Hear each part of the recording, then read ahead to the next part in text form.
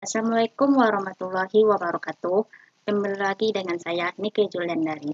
Baiklah, pada video pembelajaran kali ini saya akan membahas materi sistem hukum Indonesia tentang yang pertama yaitu subjek dan objek hukum, 2. Peristiwa hukum, 3. Hubungan hukum, 4. Cakap, 5. Kewenangan berhak.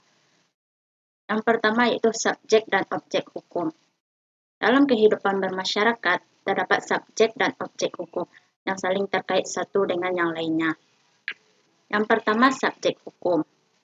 Subjek hukum merupakan pembawa hak dan kewajiban setiap makhluk yang berwenang untuk memiliki, memperoleh dan menggunakan hak dan kewajiban dalam lalu lintas hukum. Yang dapat dikategorikan sebagai subjek hukum adalah manusia dan badan hukum.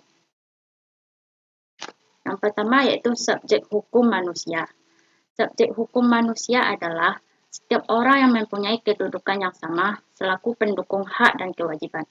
Pada prinsipnya, subjek hukum dimulai sejak lahir hingga meninggal dunia. Yang kedua yaitu badan hukum. Subjek hukum badan hukum adalah suatu perkumpulan atau lembaga yang dibuat oleh hukum dan mempunyai tujuan tertentu. Sebagai subjek hukum, badan hukum mempunyai syarat-syarat yang telah ditentukan oleh hukum, yaitu 1. Memiliki kekayaan yang terpisah dari kekayaan anggotanya. 2.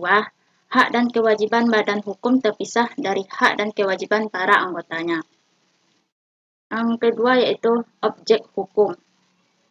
Objek hukum adalah segala sesuatu yang bermanfaat bagi subjek hukum dan dapat menjadi objek adalah suatu hubungan hukum. Objek hukum merupakan benda atau barang ataupun hak yang dapat dimiliki dan bernilai ekonomis. Yang kedua yaitu peristiwa hukum. Peristiwa hukum atau kejadian hukum adalah peristiwa kemasyarakatan yang akibatnya diatur oleh hukum, tetapi tidak setiap peristiwa kemasyarakatan akibatnya diatur oleh hukum. Peristiwa hukum karena perbuatan subjek hukum adalah semua perbuatan yang dilakukan manusia atau badan hukum yang dapat menimbulkan akibat hukum. Yang kedua, peristiwa hukum karena bukan perbuatan hukum adalah semua peristiwa hukum yang tidak timbul karena perbuatan subjek hukum. Akan tetapi, apabila terjadi, dapat menimbulkan akibat-akibat hukum tertentu.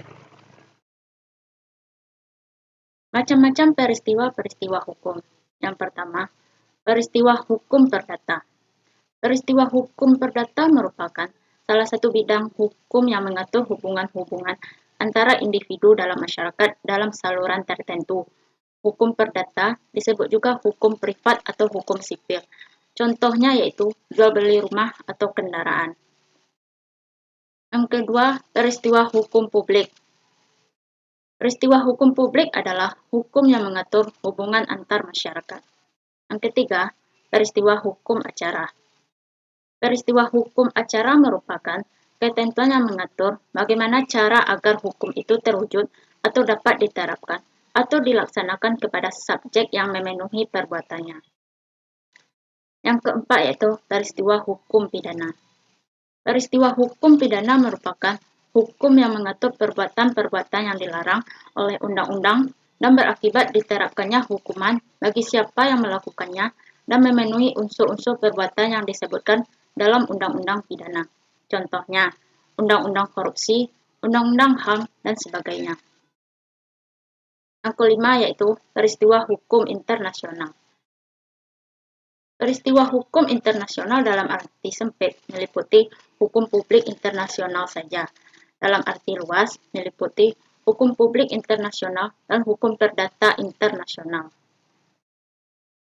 Yang ketiga yaitu hubungan hukum. Hubungan hukum adalah setiap hubungan yang terjadi antara dua subjek hukum atau lebih, di mana hak dan kewajiban di satu pihak berhadapan dengan hak dan kewajiban di pihak lain. Pada dasarnya, hukum memiliki dua segi, yaitu segi kekuasaan atau kewenangan yang disebut hak dan segi kewajiban. Hak dan kewajiban ini timbul akibat adanya suatu peristiwa yang diatur oleh hukum. Selanjutnya yaitu cakap. Manusia yang cakap menurut hukum yaitu dewasa menurut hukum dan berakal sehat. manusia yang tidak cakap menurut hukum berdasarkan pasal 1330 KUH Perdata, yaitu orang yang belum dewasa, orang yang ditaruh di bawah pengampunan, seorang istri dalam perkawinan atau berstatus istri. Selanjutnya yaitu kewenangan berhak. Kewenangan berhak merupakan kewenangan untuk mendapatkan segala sesuatu yang dapat memenuhi kebutuhan asasinya yang diberikan orang lain dari dia lahir sampai meninggal. Baiklah, hanya itu video pembelajaran kali ini. Apabila ada kesalahan, mohon dimaafkan. Assalamualaikum warahmatullahi wabarakatuh. Sampai jumpa lagi.